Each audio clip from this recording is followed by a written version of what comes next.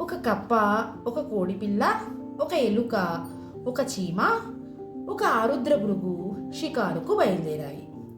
అలా వెళుతూ ఉండగా ఒక కాలువ వచ్చింది. పదండి ఈదుదాం అంటూ కప్ప నీళ్లలోకి దూకింది. మాకు ఈత రాదు అన్నాయి కోడిపిల్ల, ఎలుక, చీమ, ఆరుద్ర భృగు. బెక బెక బెక, అయితే మీకు ఇక్కడ పని లేదు అంటూ కప్ప నవ్వసాగింది. కోడిపిల్ల, ఎలుక, చీమ, ఆరుద్ర పురుగులకు చాలా కోపం వచ్చింది. ఏదైనా ఉపాయం ఆలోచించాలని అనుకున్నాయి.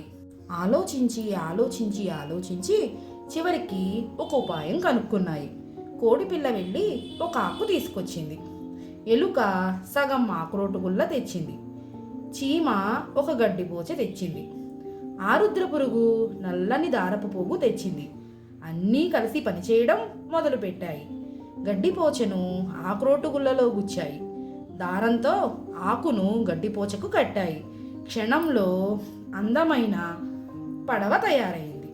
అవి పడవను నీటిలోకి తోసి దాంట్లోకి ఎక్కాయి. వాళ్ళ పడవ ప్రయాణం మొదలయ్యింది. కప్ప నీళ్ళల్లోంచి తల పైకి ఎత్తింది. అది మళ్ళీ నవ్వుదామనుకుంది, కానీ పడవ చాలా దూరం వెళ్ళిపోయింది.